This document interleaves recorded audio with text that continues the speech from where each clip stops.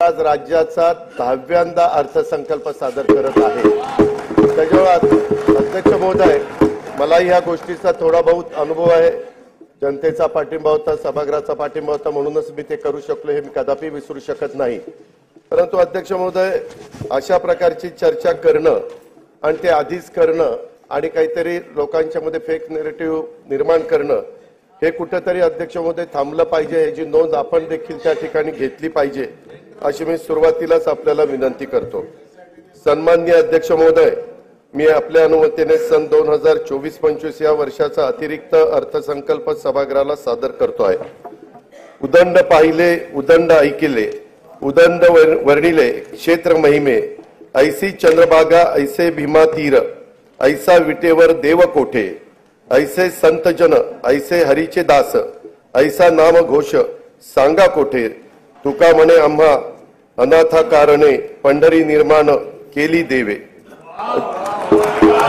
बोला कुंडली वरते हरी विठ्ठल श्री ज्ञानदेव तुकाराम पंढरीनाथ महाराज की जय। अध्यक्ष महोदय, श्री संत तुकाराम महाराजांनी वर्णन केलेल्या महाराष्ट्राचा आराध्य दैवत श्री विठ्ठलाच्या दर्शनाला अवघ्या महाराष्ट्रातून वैष्णवांच्या दिंड्या निघाल्या आहेत। जगद्गुरु संत तुकाराम महाराजांच्या पालखीचे आजच देहूतून प्रस्थान होते आहे। ज्ञानेश्वर माऊलींची पालखी उद्या आळंदीवरून निघेल। साधारण 1000 वर्षाची परंपरा असलेल्या या वारीशी वारकरी भक्ती मार्गाशी महाराष्ट्राची नाळ जोडलेली आहे, याची जाणीव या सरकारला आहे। महाराष्ट्राची ओळख म्हणून जिची जगभर दखल घेतली जाते त्या पंढरपूरच्या वारीचा म्हणूनच आपण जागतिक वारसा नामांकनासाठी युनेस्कोकडे प्रस्ताव पाठवतो आहेत। आपल्या परंपरेची पताका खांद्यावर घेऊन जाणाऱ्या लाखो वारकऱ्यांविषयी कृतज्ञता म्हणून सरकारने या वर्षापासून प्रतिदिंडी 20,000 रुपये निधी देण्याचा निर्णय घेतला आहे। निर्मल वारीसाठी 36,71,00,000 रुपयांचा निधी उपलब्ध करून दिला आहे। मुख्यमंत्री वैद्यकीय सहाय्यता कक्षाच्या माध्यमातून देहू, आळंदी ते पंढरपूर या दोन्ही मुख्य पालखी मार्गावरील सर्व वारकऱ्यांची आरोग्य तपासणी केली जाणार आहे। आवश्यकतेनुसार मोफत औषधोपचार देखील केले जाणार आहेत। कीर्तनकार, वारकरी, भजनी मंडळ यांना सोयी सुविधा उपलब्ध करून देण्यासाठी तसेच पालखी मार्गाचे व्यवस्थापन करण्यासाठी मुख्यमंत्री वारकरी संप्रदाय महामंडळ स्थापन करण्याचा निर्णय घेण्यात आलेला आहे। लोकसभेच्या नुकत्याच झालेल्या निवडणुकीमध्ये राष्ट्रीय लोकशाही आघाडीला बहुमत प्राप्त झाले आहे। केंद्रात माननीय श्री नरेंद्र मोदीजी यांच्या नेतृत्वाखाली सलग 3ऱ्यांदा सरकार स्थापन झाले आहे। माननीय पंतप्रधानांचे देखील मी त्यासाठी आपल्या सर्वांच्या तर्फे मनपूर्वक अभिनंदन करतो। महाराष्ट्राला सहकार्य करण्याबाबत केंद्र शासनाने नेहमीच सकारात्मक भूमिका घेतली आहे। केंद्र शासनाच्या 3ऱ्यांदा सरकार आल्यानंतर पहिल्याच मंत्रिमंडळाच्या बैठकीमध्ये महाराष्ट्र राज्यातील 76,200 कोटी रुपये किमतीचा वाढवण बंदर प्रकल्पाला मंजुरी देण्यात आली आहे। त्यामुळे राज्याच्या आर्थिक विकासाला चालना मिळणार आहे।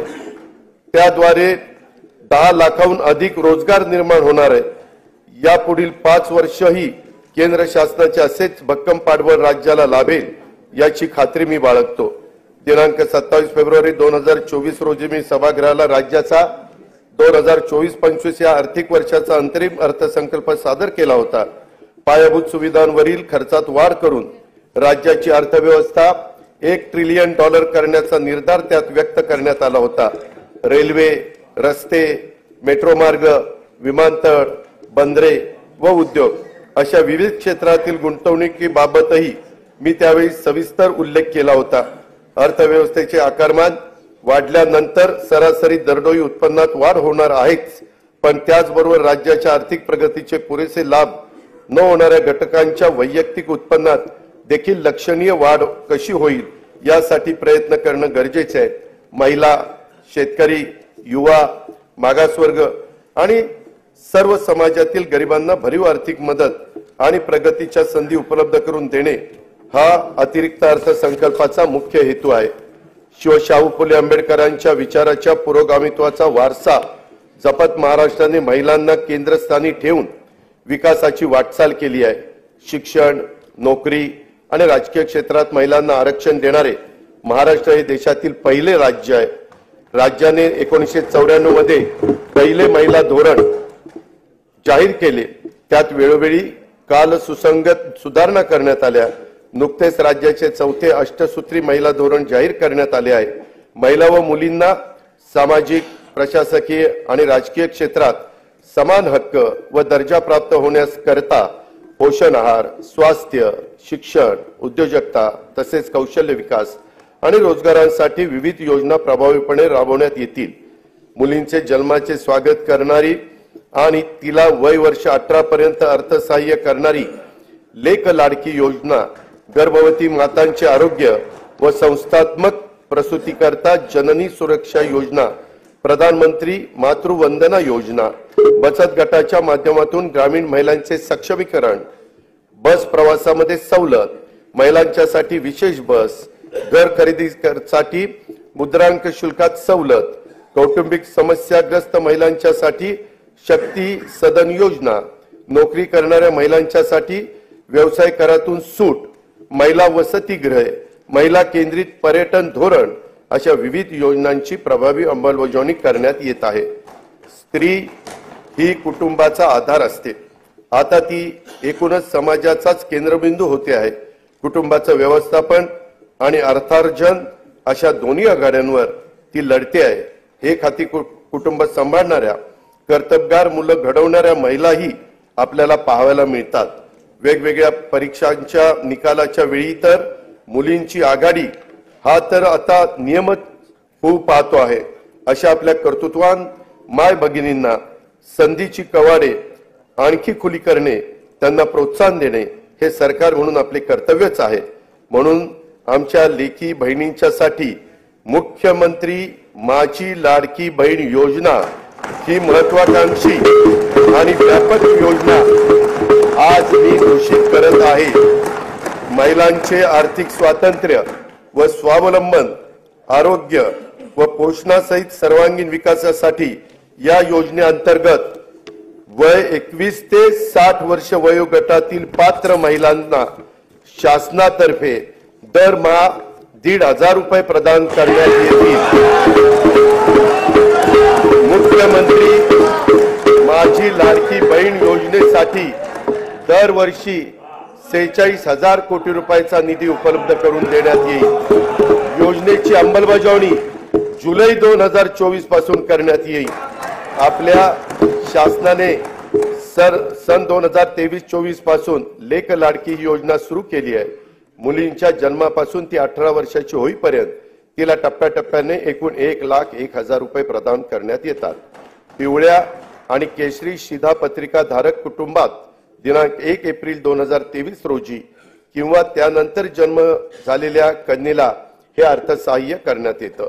दिनांक 1 मे 2024 नंतर जन्माला आलेल्या व्यक्तींच्या नावाची नोंद शासकीय दस्तऐवजांच्या मध्ये त्यांचं नाव, नंतर आईचं नाव, नंतर वडिलांचं नाव आणि नंतर आडनाव या क्रमाने करण्याचं बंधनकारक देखील करण्यात आलेलं आहे। या वर्षीच्या अंतरिम अर्थसंकल्पात मी महिलांच्यासाठी स्वयंरोजगार निर्मिती तसेच सुरक्षित प्रवासासाठी पिंक ई रिक्षा योजनेची घोषणा केली होती। योजनेच्या पहिल्या टप्प्यात राज्यातील 17 शहरात 10,000 महिलांना रिक्षा खरेदीसाठी अर्थसहाय्य करण्यात येईल। या योजनेच्या करता 80 कोटी रुपयांचा निधी उपलब्ध करून देण्यात येईल। शुभमंगल सामूहिक नोंदणीकृत विवाह योजनेत लाभार्थी मुलींना देण्यात येणारे अनुदान पहिलं 10,000 रुपये होतं, आता ते 10,000 रुपयावरून 25,000 रुपये करण्यात आले आहे। राज्यातील सर्व आरोग्य उपकेंद्रात स्तन, गर्भाशय, मुखाच्या कर्करोग तपासणीसाठी उपकरणे व साहित्य उपलब्ध करून देण्यात येईल। त्यासाठी 78 कोटी रुपये निधीची तरतूद करण्यात येईल। रुग्णांची विशेषतः आमच्या गरोदर माता व बालकांची आरोग्य संस्थेत मोफत ने-आण करण्यासाठी 3,324 रुग्णवाहिका कार्यरत आहेत। त्यातील जुन्या रुग्णवाहिकांच्या जागी नव्या रुग्णवाहिका उपलब्ध करून देण्यात येतील। महिलांची पाण्यासाठी होणारी पायपीट थांबवण्यासाठी हर घर नल हर घर जल संकल्पनेअंतर्गत जल जीवन मिशन कार्यक्रमातून ग्रामीण भागातून 1,25,66,986 घरांना न जोडणी देण्यात आली आहे।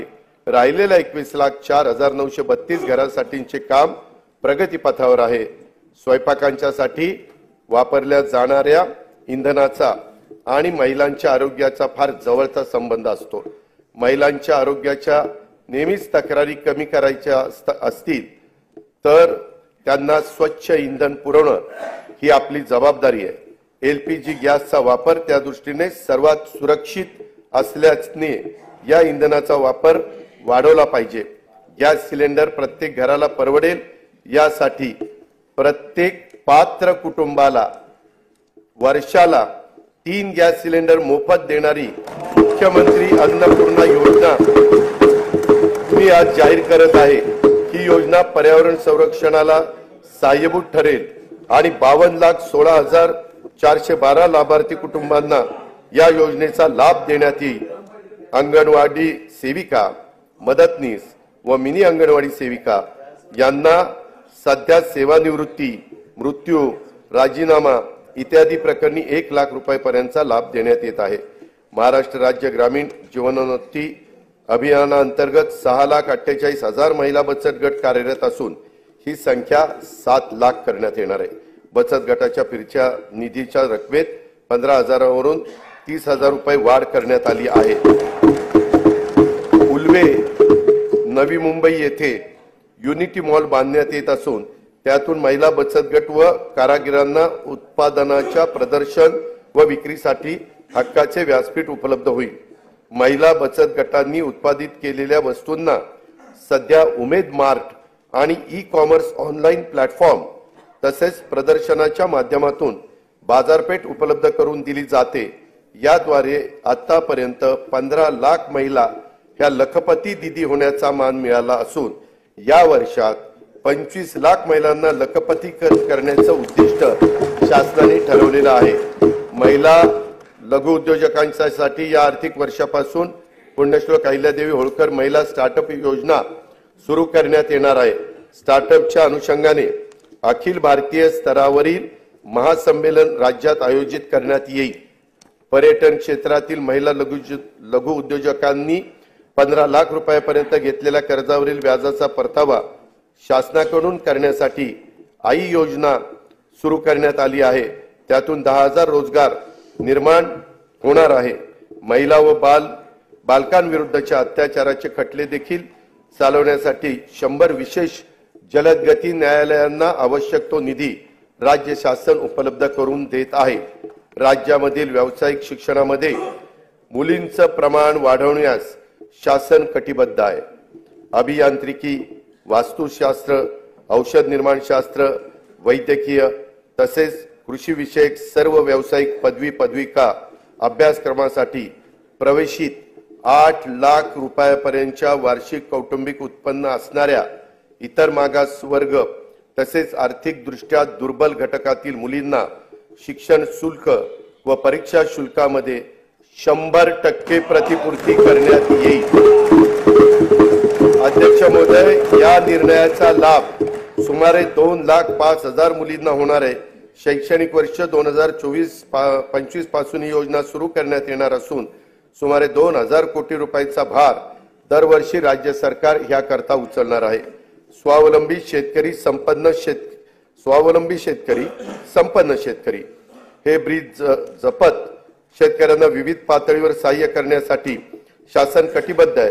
बी बियाणासाठी थेट अनुदान, सिंचन सुविधा, आधुनिक तंत्रज्ञानाचा वापर, शेतीपूरक उद्योगांना प्रोत्साहन, शेतमालाचे मूल्यवर्धन, शेतमाल साठवणूक, बाजारपेठेची उपलब्धता इत्यादींबाबत विविध योजना राबवण्यात येत आहे।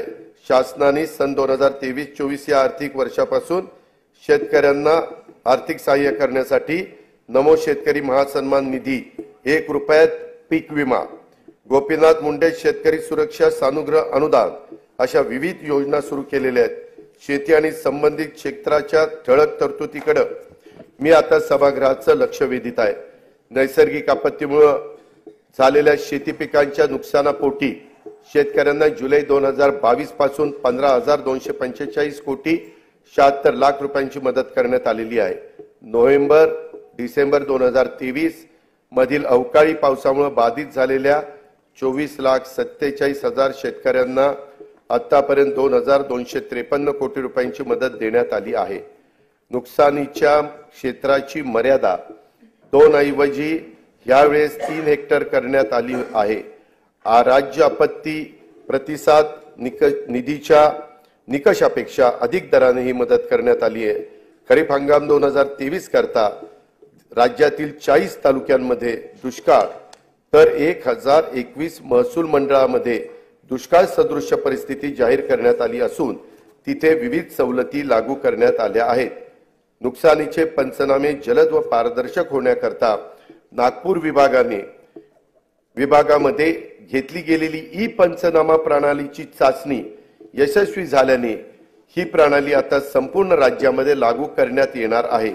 नमो शेतकरी महासन्मान निधी योजनेअंतर्गत आज तागायत एकूण 92,43,000 शेतकरी कुटुंबांना 5,318 कोटी 47 लाख रुपयाचं अनुदान देण्यात आलेलं आहे। 1 रुपयात पीक विमा योजनेअंतर्गत 59,57,000 शेतकऱ्यांना 3,504 कोटी 66 लाख रुपयाची रक्कम आजपर्यंत अदा करण्यात आलेली आहे। गोपीनाथ मुंडे शेतकरी अपघात सुरक्षा सानुग्रह अनुदान योजनेअंतर्गत 2,694 शेतकरी कुटुंबांना 52 कोटी 82 लाख रुपयांचे अनुदान वाटप करण्यात आलेले आहे।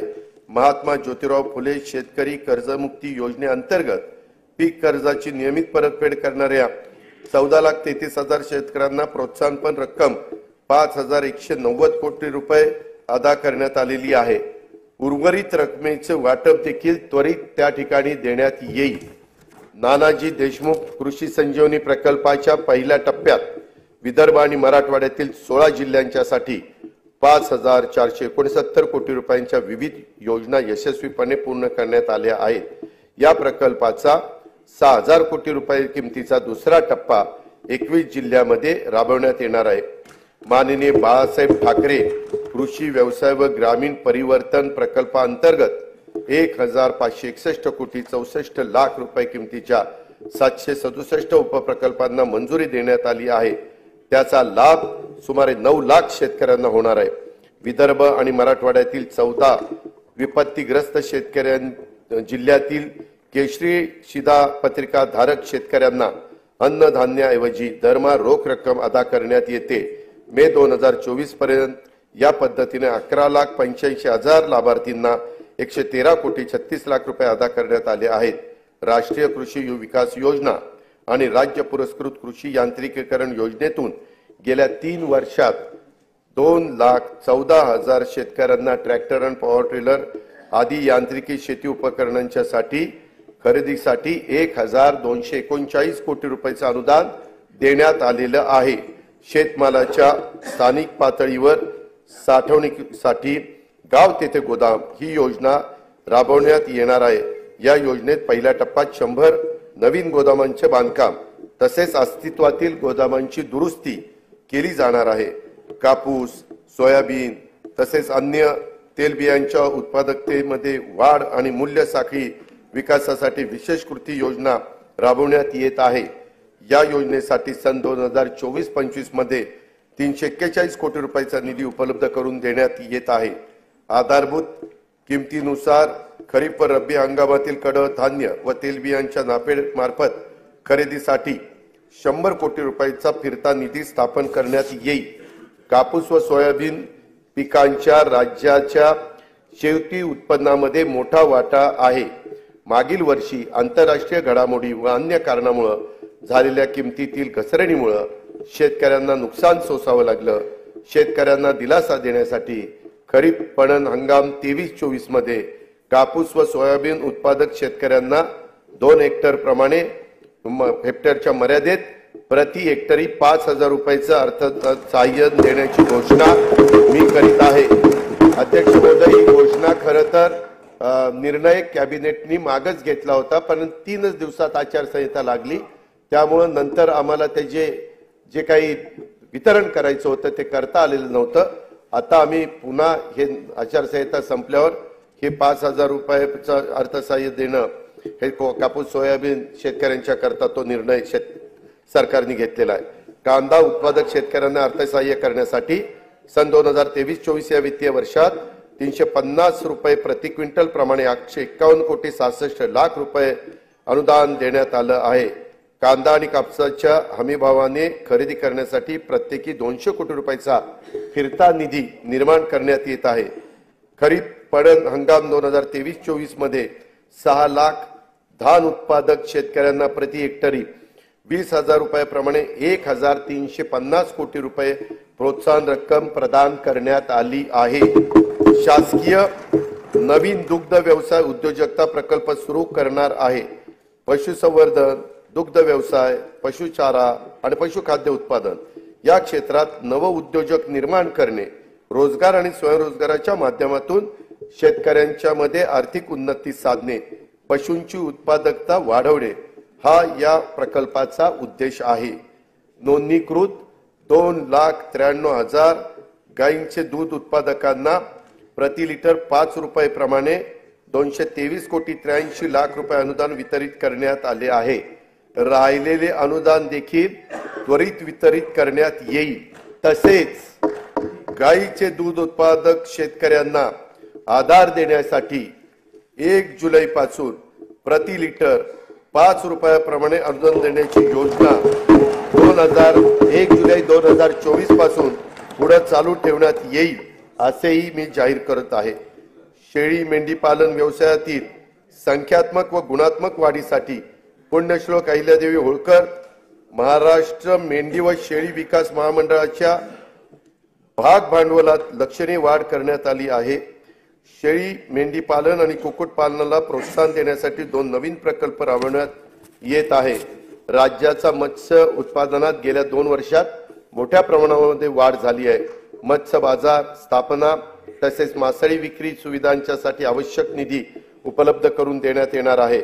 अटल बांबू समृद्धी योजनेतून 10,000 हेक्टर खासगी क्षेत्रावर बांबूंची लागवड करण्यात येणार आहे। त्यासाठी शेतकऱ्यांना बांबू रोपे तसेच इतर आवश्यक बाबींकरता प्रति रोपासाठी 175 रुपयाचं अनुदान देण्यात येणार आहे। राज्यातील पडीक जमिनीवर मोठ्या प्रमाणावर बांबूची लागवड करण्यात येणार आहे। नंदुरबार जिल्ह्यातील 1,20,000 रुपये क्षेत्रावर बांबूची लागवड करून या योजनेची सुरुवात करण्यात येणार आहे।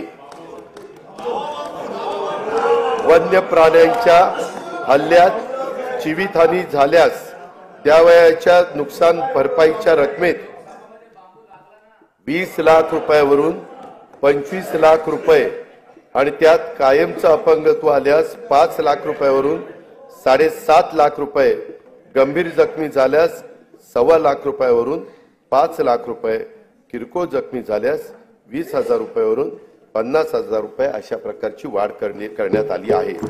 शेती पिकाच्या नुकसान भरपाई करता देय रकमेत कमाल मर्यादेत पहिली 25,000 रुपये होती ती आता आम्ही 50,000 रुपये वाढ करतोय। पशुधन हानीच्या नुकसान भरपाईतही भरीव अशा प्रकारची वाढ करीत आहोत। विविध कारणांमुळे अपूर्ण राहिलेले सिंचन प्रकल्प पूर्ण करण्यासाठी गेल्या 2 वर्षापासून विशेष मोहीम राबवण्यात येत आहे।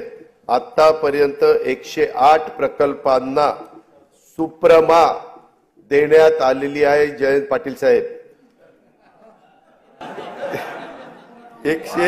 108 प्रकल्पांना आपल्या वेळेस काय पुढे जायचंच नाही। ते येत्या 2 वर्षात 61 प्रकल्प पूर्ण होणे अपेक्षित आहे। या प्रकल्पातून सुमारे 3,65,000 हेक्टर सिंचन क्षमता निर्माण होणार आहे। राज्यातील कार्यान्वित प्रकल्पाच्या अपेक्षित आणि प्रत्यक्ष सिंचन क्षमतेतील तफावत दूर करण्यासाठी महाराष्ट्र सिंचन सुधारणा कार्यक्रम हाती घेण्यात येत आहे। या कार्यक्रमातून 155 प्रकल्पांच्या कालवे वितरण प्रणालीची सुधारणा करण्यात येणार आहे। येत्या 3 वर्षात त्यामुळे सुमारे 4,28,000 हेक्टर वाढीव क्षेत्राला प्रत्यक्ष सिंचनाचा लाभ होणार आहे।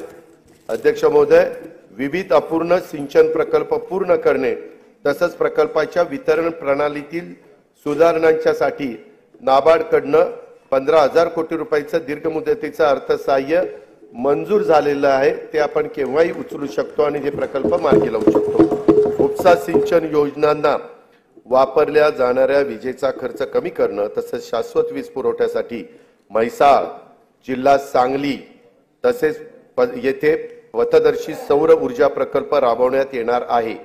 या प्रकल्पाची अंदाजित किंमत 1,594 कोटी रुपये असून त्याचा लाभ सांगली आणि सोलापूर जिल्ह्यातील सुमारे 75,000 शेतकरी कुटुंबांना होणार आहे। स्वच्छ व हरित ऊर्जेचे ध्येय साध्य करण्यासाठी सर्व शासकीय उपसा जलसिंचन योजना सौर ऊर्जीकरण करण्यात येणार आहे। त्यामध्ये जनाई, शिरसाई, पुरंदर या उपसा सिंचन योजनांचाही समावेश आहे। या योजनांच्यासाठी 4,200 कोटी रुपयाचा खर्च अपेक्षित आहे। विदर्भातील नागपूर, वर्धा, अमरावती, यवतमाळ, अकोला, बुलढाणा या जिल्ह्यातील 3,71,277 हेक्टर क्षेत्रात सिंचनाचा लाभ देण्यासाठी वैनगंगा नळगंगा नदी जोड प्रकल्पाद्वारे गोसीखुर्द प्रकल्पातून 62.57 टीएमसी पाणी वळवण्याचे नियोजन आहे। कोल्हापूर आणि सांगली जिल्ह्यातील पुरामुळे होणारी जीवित व वित्त हानी टाळावी आणि अतिरिक्त पाणी दुष्काळग्रस्त भागात वळवता यावे यासाठी जागतिक बँकेच्या सहाय्याने 3,200 कोटी रुपये किमतीचा महाराष्ट्राचा प्रतिसादक्षम विकास कार्यक्रम राबवण्यात येणार आहे। जलयुक्त शिवार अभियान 2 अंतर्गत मार्च 2024 अखेर 49,651 कामे पूर्ण झाली असून यावर्षी 650 कोटी रुपयांचा निधीची तरतूद करण्यात आली आहे। गाळ मुक्त धरण, गाळ युक्त शिवार योजनेअंतर्गत राज्यातील एकूण 338 जलाशयातून गाळ काढण्याचं काम सुरू आहे। लोकसहभागाच्या आतापर्यंत 83,39,818 घनमीटर गाळ काढण्यात आला आहे। शेतकऱ्यांना दिवसा अखंडित वीज पुरवठा करण्यासाठी कृषी वाहिन्यांचे विलगीकरण आणि सौर ऊर्जाकरण करण्याचा 15,000 कोटी रुपयाचा प्रकल्प हाती घेण्यात आला आहे। शेतकऱ्यांना मोफत वीज उपलब्ध व्हावी, मोफत यासाठी मागेल त्याला सौर ऊर्जा पंप या योजनेच्या करता 8,50,000 शेतकऱ्यांना सौर ऊर्जा पंप उपलब्ध करून देण्याचे मी जाहीर करीत आहे। अध्यक्ष महोदय, तूफानों में संभलना जानते हैं, अंधेरों को बदलना जानते हैं, चिरागों का कोई मजहब नहीं है, ये हर महफिल में जलना जानते हैं। माननीय पंतप्रधान नरेंद्र मोदी यांच्या नेतृत्वाखाली सरकारच्या दूरदर्शी धोरणामुळे 2047 पर्यंत भारत विकसित देश म्हणून उदयाला येईल। भारत ही जगातील तिसरी मोठी अर्थव्यवस्था होण्याच्या वाटेवर आहे। अर्थव्यवस्थेच्या या वाढीमध्ये तरुण उद्योजकांचा वाटा मोठा असणार आहे। युवा वर्गाला अधिक सक्षम, कुशल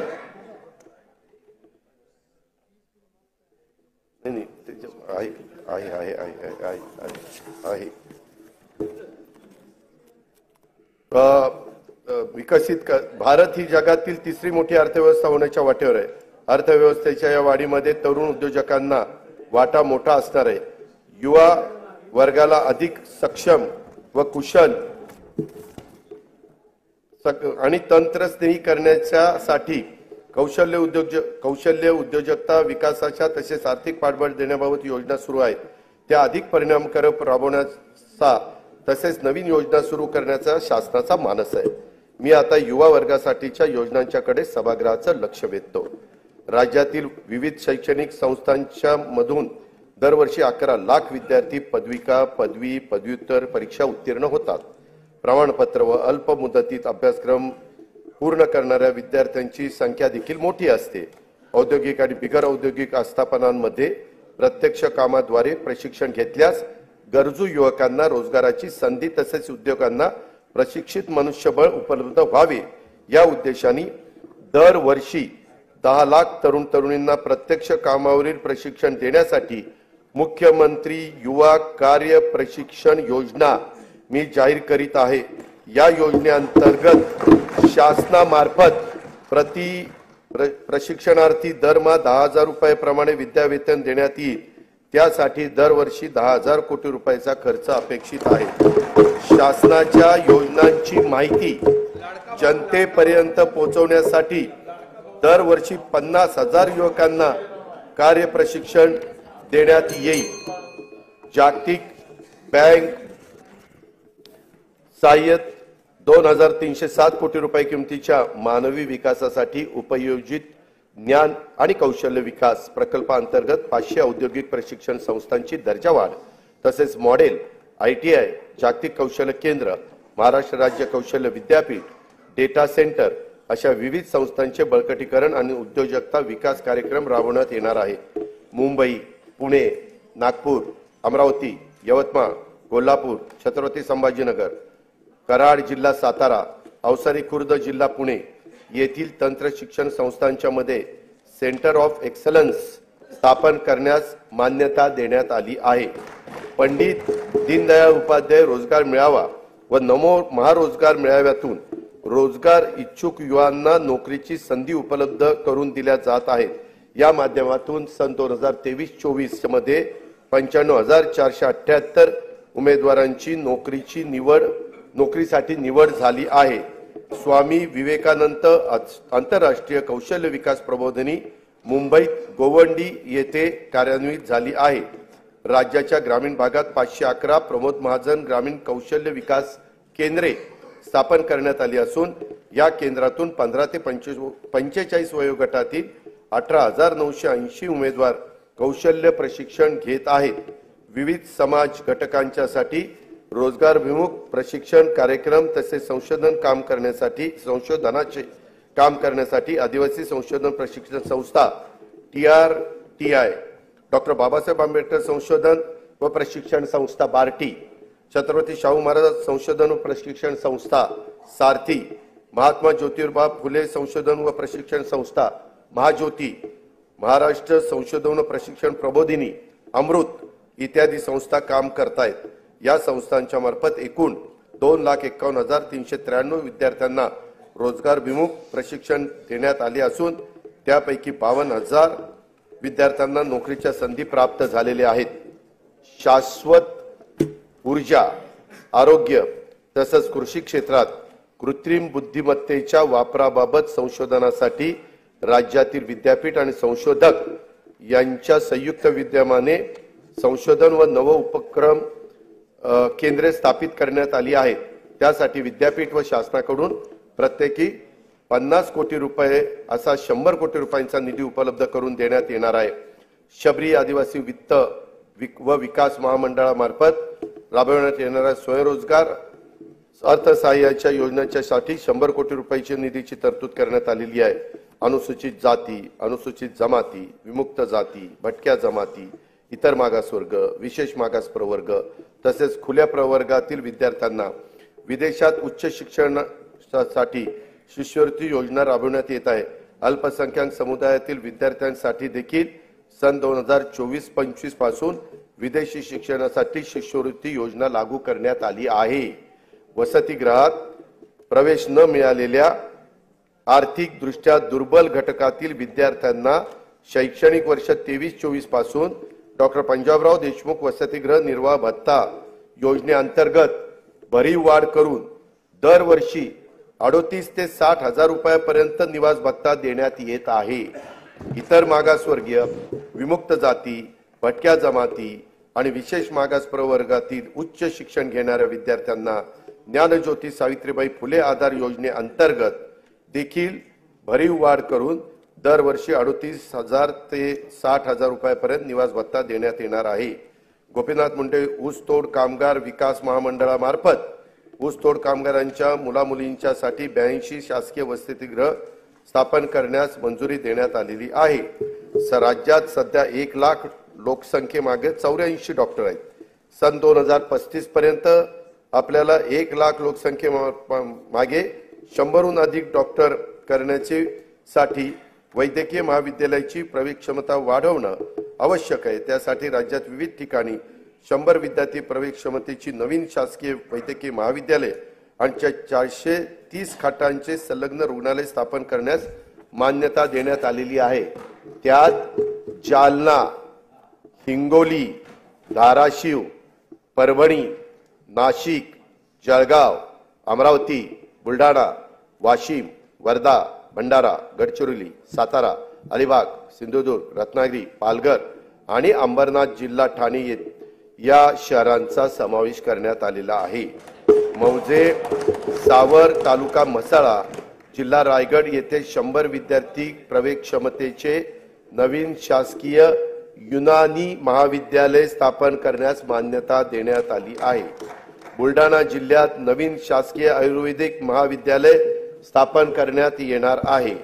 शासकीय वैद्यकीय महाविद्यालयातील कनिष्ठ व वरिष्ठ निवासी डॉक्टर यांच्या विद्यावेतनात तसेच मानसेविक अध्यापकांच्या मानधनात देखील भरीव वाढ करण्यात आली आहे।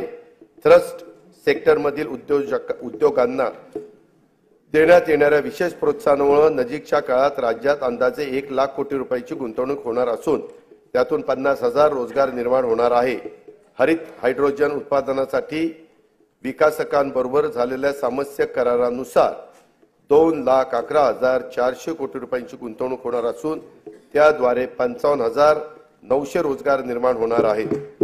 महापे, नवी मुंबई येथे 25 एकर जागेत India gems and jewellery park नियोजित आहे। त्यात 2,000 सूक्ष्म, लघु व मध्यम उद्योग घटकांना समावेश असून 50,000 कोटी रुपयाची गुंतवणूक होणार आहे। त्यातून 1 लाख रोजगार निर्माण होतील।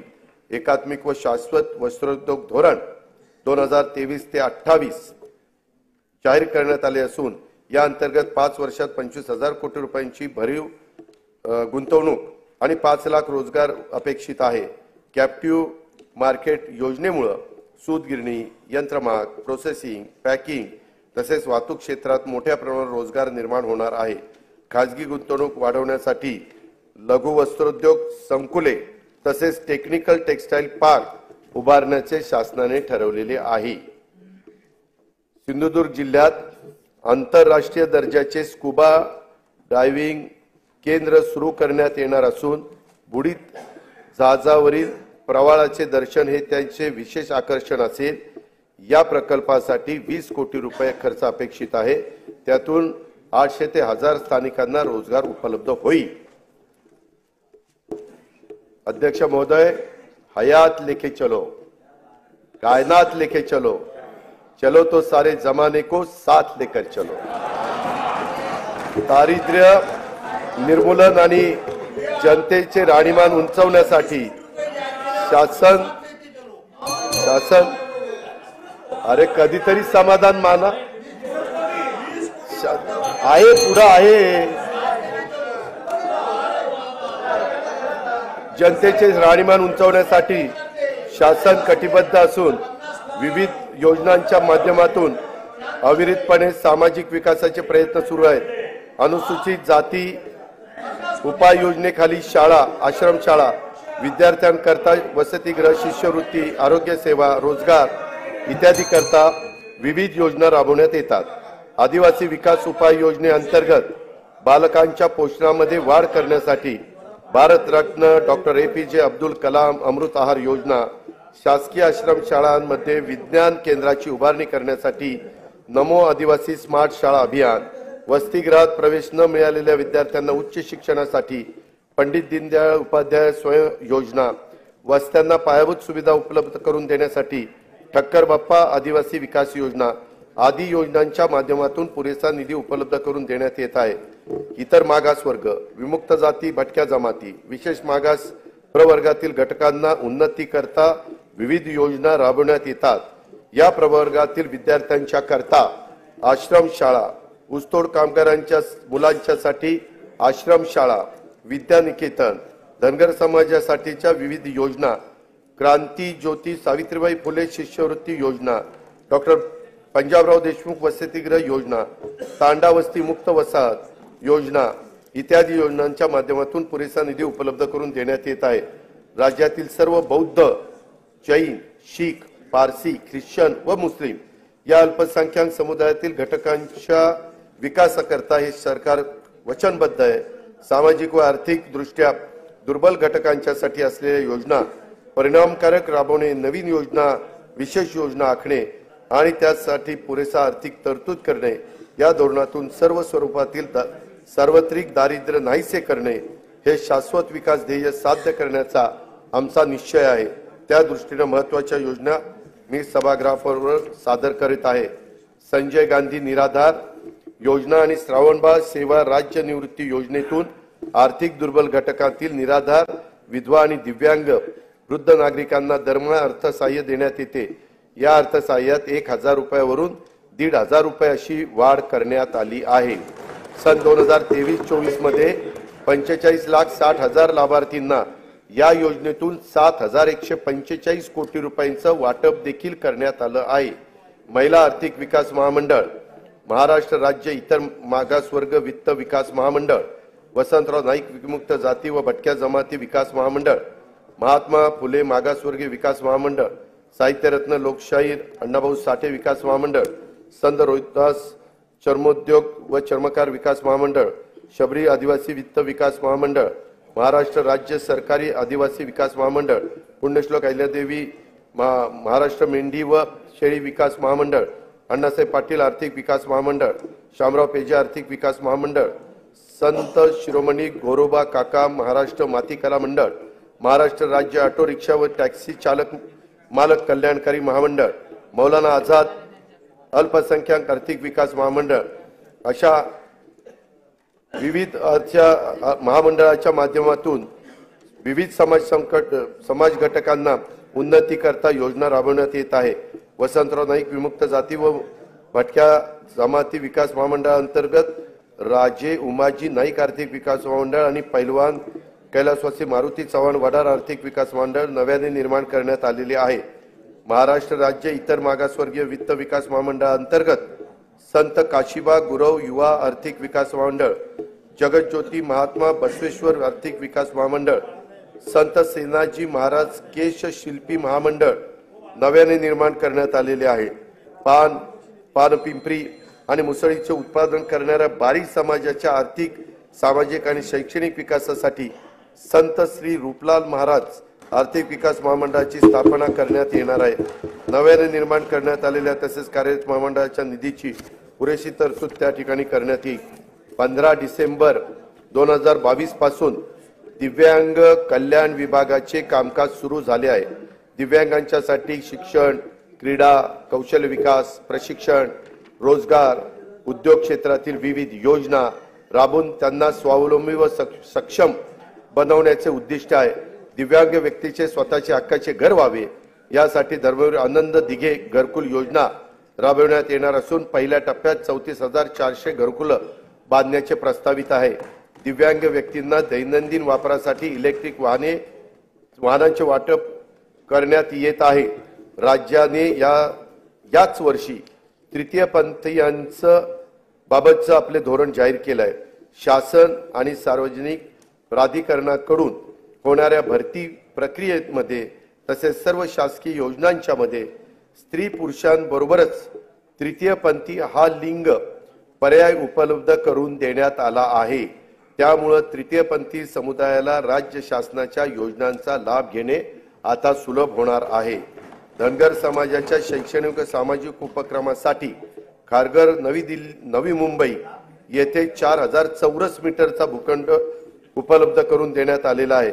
महाराष्ट्र घरेलू कामगार कल्याण महामंडळामार्फत नोंदणीकृत घरेलू कामगारांच्यासाठी विविध कल्याणकारी योजना राबवण्यात येत आहे। मौलाना आझाद अल्पसंख्याक आर्थिक विकास महामंडळ राबवण्यात येणाऱ्या योजनांच्या करता अधिक निधी उपलब्ध करून देण्यासाठी कर्जावरील शासन हमीची मर्यादा 30 कोटीवरून 500 कोटी रुपये करण्यात आली आहे। महात्मा ज्योतिराव फुले जन आरोग्य योजना राज्यातील सर्व कुटुंबांना लागू करण्यात आली आहे। आरोग्य विमा संरक्षणाची रक्कम प्रति कुटुंब 1,50,000 वरून आता 5 लाख रुपये करण्यात आली आहे। आतापर्यंत 1000 रुग्णालयामध्ये उपचाराची सोय होती, त्याच्यात आता 900 रुग्णालयांची भर पडणार असून योजनेअंतर्गत 1356 प्रकारचे उपचार उपलब्ध झाले आहेत। सार्वजनिक आरोग्य विभागाच्या रुग्णालयामध्ये तपासण्या, चाचण्या आणि उपचार मोफत करण्यात येतात। या निर्णयामुळे बाह्य रुग्ण, आंतररुग्ण, लहान शस्त्रक्रिया, एक्सरे चाचणी आणि प्रयोगशाळा चाचण्यांमध्ये भरीव वाढ झाली आहे। शहरी भागातील गरजू जनतेसाठी विनामूल्य तपासणी, वैद्यकीय चाचण्या व उपचारांच्यासाठी सुविधा असलेले हिंदू हृदय सम्राट बाळासाहेब ठाकरे आपला दवाखाना 347 ठिकाणी कार्यान्वित करण्यात आलेला आहे।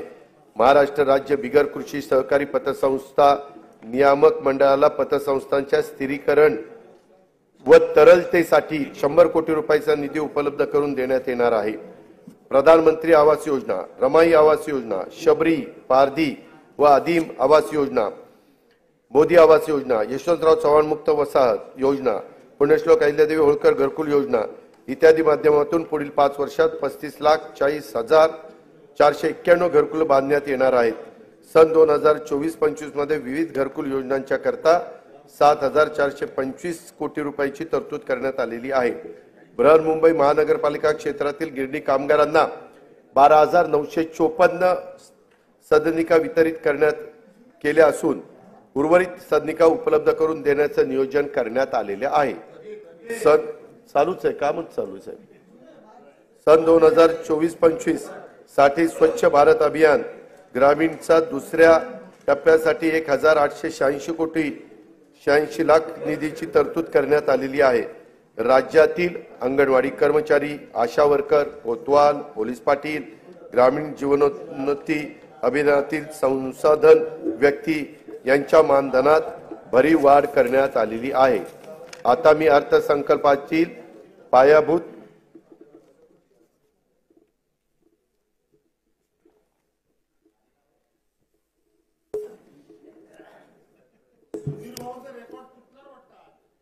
सध्या महाराष्ट्र राज्यात एकूण 47.41 लाख म्हणजे 47,41,000 शेतीपंप ग्राहक असून त्यांचा वीज वापर हा 39,247 दशलक्ष युनिट एवढा असून त्या वीज वापराची किंमत एकूण 33,046 कोटी इतकी आहे। शासनाकडून दरवर्षी शेतीपंप ग्राहकांना 6,984 कोटी रुपये एवढी सबसिडी आणि रुपये 9,500 कोटी क्रॉस सबसिडीच्या माध्यमातून थेट मदत दिली जाते। महाराष्ट्र राज्यात शेतकऱ्यांना दिवसा वीज देण्याच्या करता कृषी क्षेत्राच्या सौर ऊर्जीकरणाचा मोठा प्रकल्प मुख्यमंत्री सौर कृषी वाहिनी योजना 2 राबवण्यात येत आहे। सदर योजनेअंतर्गत 9,200 मेगावॉट क्षमतेचे विकेंद्रीकृत सौर ऊर्जा प्रकल्प हाती घेण्यात आलेले आहेत। या सर्व प्रकल्पांची अंमलबजावणीचा साठी कालावधी 18 महिने असून मार्च 2024 पासून ऑक्टोबर 2025 पर्यंत हे प्रकल्प पूर्ण होणार आहेत। ह्याच्याकरता जेवढी जमीन लागणार होती ती सगळी जमीन प्राजक्त सरकारकडेच उपलब्ध झाली आणि ती आपण हँडओव्हर देखील त्या ठिकाणी केली। त्याच्यामध्ये राज्यातील 46,06,000 शेतीपंप धारक हे एवढे शेतकरी हे 7.5 हॉर्सपॉवर पर्यंत मोटार चालवतात, म्हणजे 1 हॉर्सपॉवर पासून 3, 5, 7.5 पर्यंत आणि त्याच्यावरचे पण काही 10, 15, 20 असे आहेतच। ते सगळे 3 लाख आहेत, परंतु हे 44,06,000 आहेत। यांचा पूर्णपणे वीज माफीचा निर्णय राज्य सरकारने घेतलेला आहे। यासाठी राज्य सरकारवर जेवढा भार शासनावर पडणार आहे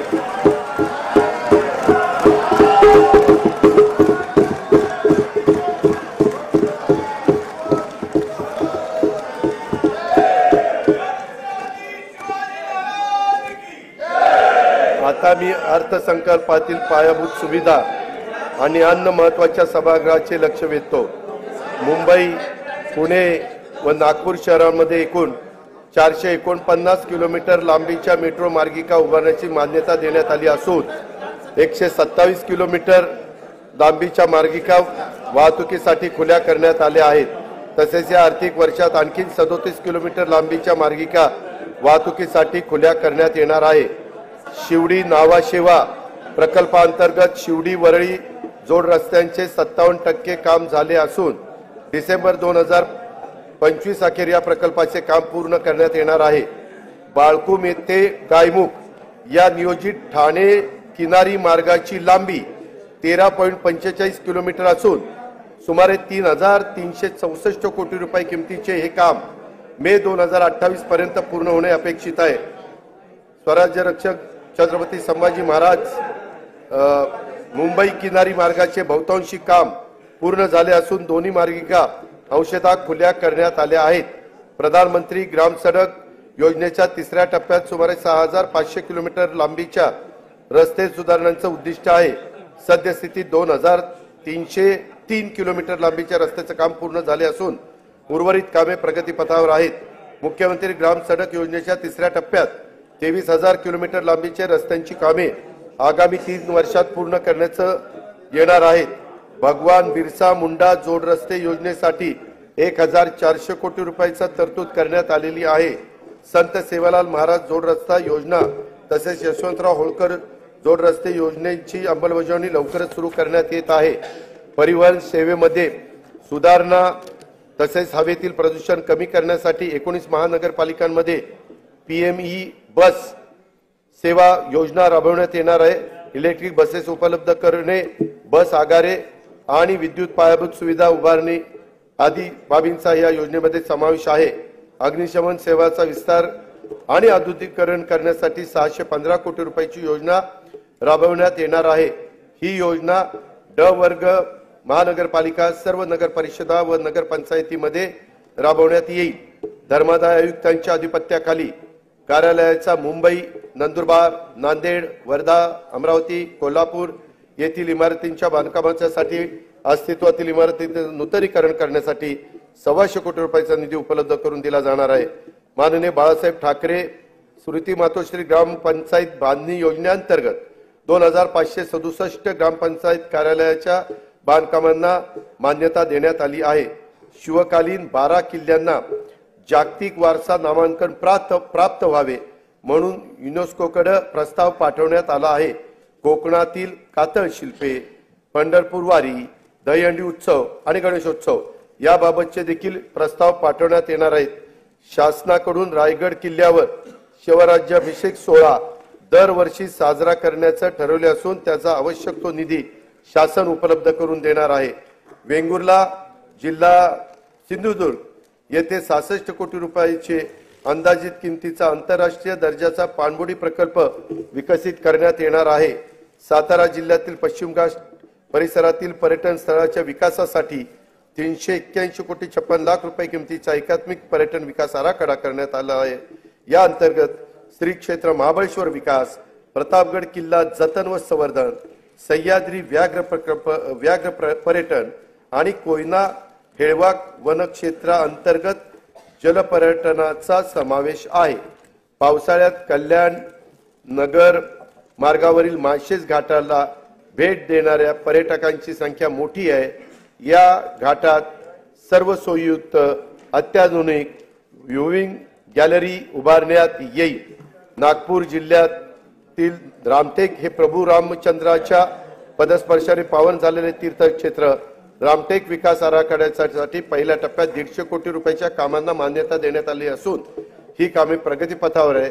आता दुसऱ्या टप्प्यातील 211 कोटी रुपयाची कामे देखील हाती घेण्यात येणार आहेत। आध्यात्मिक गुरु तथा समाज सुधारक बाबा जुमदेवजी यांना पावड दौना तालुका मौदा जिल्हा नागपूर येथील स्मारकासाठी 77 कोटी रुपये रकमेचा विकास आराखडा तयार करण्यात येणार आहे। संत ज्ञानेश्वर महाराजांची अजरामर ज्ञानेश्वरीची जिथे रचना केली त्या नेवासा येथील मंदिर परिसराचा देखील विकास आराखडा तयार करण्यात येणार आहे। कोल्हापूर शहरातील राजाराम तलावाकाठी अत्याधुनिक आंतरराष्ट्रीय कन्व्हेन्शन सेंटर उभारण्यात येईल। त्याचा प्लॅन फार सुंदर केला आहे, तो तिथे आपण उभारणार आहोत। बीजे शासकीय वैद्यकीय महाविद्यालय पुणे येथे बहुउद्देशीय सभागृह उभारण्याकरता तसेच किसान शिक्षण प्रसारक मंडळ बोरगाव काळे तालुका जिल्हा लातूर या शैक्षणिक संस्थेला सुवर्ण महोत्सवी निमित्त भौतिक व शैक्षणिक सुविधांसाठी विकास करण्यासाठी आवश्यक निधी उपलब्ध करून देण्यात येईल। छत्रपती संभाजी महाराजांच्या पदस्पर्शाने पावन झालेल्या शिराळा जिल्हा सांगली येथे त्यांचे स्मारक उभारण्यात येईल। श्री संत रूपलाल महाराजांचे समाधीस्थळ असलेले अंजनगाव सुरजी जिल्हा अमरावती येथे त्यांचे स्मारक उभारण्यात येणार आहे। आदिवासी कलांचे प्रदर्शन, वृद्धी आणि कलाकारांना प्रोत्साहन देण्यासाठी हदगड तालुका सुरगाणा जिल्हा नाशिक येथे कलादालन स्थापन करण्यात येणार आहे। मुंबईतील साहित्यरत्न लोकशाहीर अण्णाभाऊ साठे संशोधन व प्रशिक्षण संस्थेचे 305 कोटी रुपयाच्या आराखड्याला मान्यता देण्यात आलेली आहे। जिल्हास्तर संस्थापक क्षमता वाढवून विकासाला चालना देण्यासाठी महास्ट्राईड हा 2232 कोटी रुपये किमतीचा प्रकल्प जागतिक बँकेच्या सहाय्याने राबवण्यात येणार आहे। भारतातील शेती मुख्यतः पावसावर अवलंबून आहे याची आपल्याला जाणीव आहे। मात्र गेल्या काही वर्षात झालेल्या जागतिक वातावरणातील बदलांमुळे मोसमी हवामान तीव्र बदल होत असून त्याचे दुष्परिणाम शेतकऱ्यांना भोगावे लागत आहे। अशा अडचणीत आलेल्या राज्यातील शेतकरी बांधवांना मदतीची गरज आहे। त्यासाठी त्यांना दिलासा देण्यासाठी मुख्यमंत्री बळीराजा वीज सवलत योजना जी मी आता सांगितली ती आपण देतोय। त्याचं नाव आहे मुख्यमंत्री बळीराजा वीज सवलत योजना आणि त्याच्यामध्ये आपण जवळपास ह्या सगळ्या कामाच्या करता मोफत वीज 7.5 हॉर्सपावर पर्यंत देतोय। म्हणून 14,761 कोटी रुपयाचं अनुदान स्वरूपात उपलब्ध करून देणार आहे। या अर्थसंकल्पातील विविध समाज घटकांच्यासाठी महत्त्वाकांक्षी नवीन योजना घोषित केल्या आहेत। राज्यातील सर्व योजनांचे लाभ लाभार्थ्यांच्यापर्यंत थेट पोहोचावेत यासाठी योजनांचे मूल्यमापन करून त्याचं सुसूत्रीकरण करण्यासाठी उच्चस्तरीय समिती देखील स्थापन करण्याचं ठरवण्यात आलेलं आहे। त्याच्यामुळे तिथं निधीची कुठली कमतरता कमी पडणार नाही। सन 2024-25 मध्ये जिल्हा वार्षिक योजनेअंतर्गत देखील 18,165 कोटी रुपयाचा नियतव्यय प्रस्तावित करण्यात आला आहे। हा नियतव्यय गेल्या वर्षीच्या तुलनेमध्ये 20% अधिक आहे। वार्षिक योजना 2024-25 मध्ये कार्यक्रम खर्चासाठी 1,92,000 कोटी रुपयाचा नियतव्यय प्रस्तावित करण्यात आला आहे। त्यामध्ये अनुसूचित जाती उपाय योजना 15,893 कोटी रुपये आणि आदिवासी विकास योजना 15,360 कोटी रुपये नियतव्ययाचा समावेश आहे। सन 2024-25 मध्ये एकूण खर्चासाठी 6,12,293 कोटी रुपयाचा तरतूद प्रस्तावित आहे।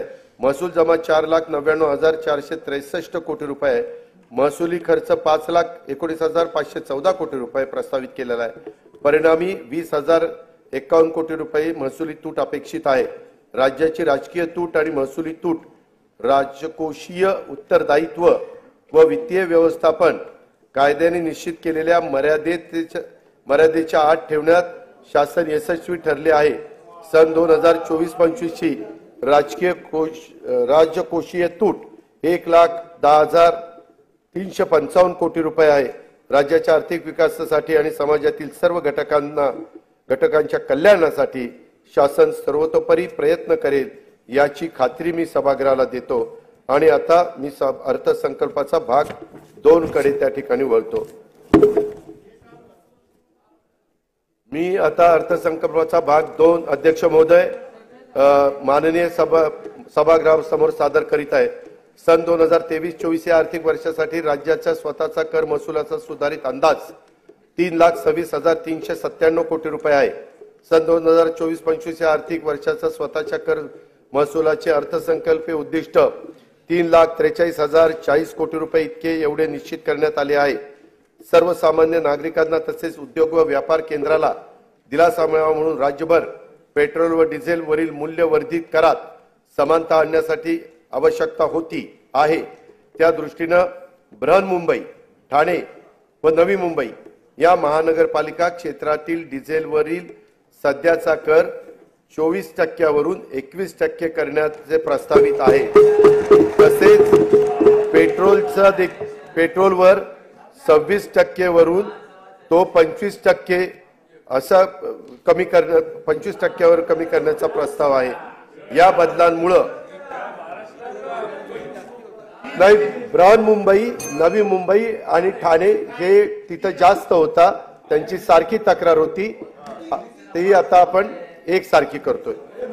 या बदलांमुळे ठाणे, बृहन्मुंबई आणि नवी मुंबई या महानगरपालिका क्षेत्रातील पेट्रोलचा दर हा 65 पैसे व डिझेलचा दर अंदाजे 2 रुपये 7 पैसे प्रति लिटर स्वस्त होणार आहे। केंद्रीय सशस्त्र पोलीस दलामध्ये 7 सशस्त्र सेना दल कार्यरत असून त्यापैकी सीमा सुरक्षा दल व केंद्रीय राखीव पोलीस दल यातील सशस्त्र जवानांना व्यवसाय कर भरण्यापासून सूट देण्यात आली आहे। आता उर्वरित 5 दलातील म्हणजेच आसाम रायफल्स, केंद्रीय औद्योगिक सुरक्षा दल, भारत तिबेट सीमा पोलीस दल, राष्ट्रीय सुरक्षा रक्षक व सशस्त्र सीमा दलातील राष्ट्रीय कर्तव्य बजावणाऱ्या सशस्त्र जवानांना व्यवसाय कर भरण्यापासून सूट देण्याबाबत मी प्रस्तावित करीत आहे। याचा लाभ अंदाजे 12,000 जवानांना होणार आहे। नोंदणी झालेल्या दस्तास कमी मुद्रांक शुल्क भरल्याचे निष्पन्न झाल्यास मुद्रांक शुल्काच्या फरकाच्या रकमेवर दस्त निष्पादित केल्याच्या तारखेपासून आकारण्यात येणारी दंडाची रक्कम ही 2% दरमहा होती, ती आता अध्यक्ष महोदय आपण 1% दरमहा करण्याचा निर्णय घेण्यात आलेला आहे। म्हणजे त्याच्यामध्ये 24% वर्षाला होती, ती आता 12% करण्यात आली। बऱ्याच जणांची तशी मागणी होती। मुद्रांक शुल्क परताव्यासाठी ऑनलाईन पद्धतीने अर्ज करता येईल। अर्ज करण्याची कालमर्यादा मुद्रांक खरेदी केल्यापासून 6 महिन्याऐवजी 1 वर्ष करण्यात येईल।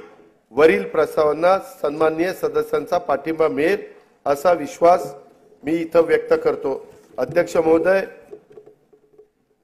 आतापर्यंत मी या राज्याचा 10 वेळेला जनतेचा अर्थसंकल्प मांडण्याची संधी मला मिळाली।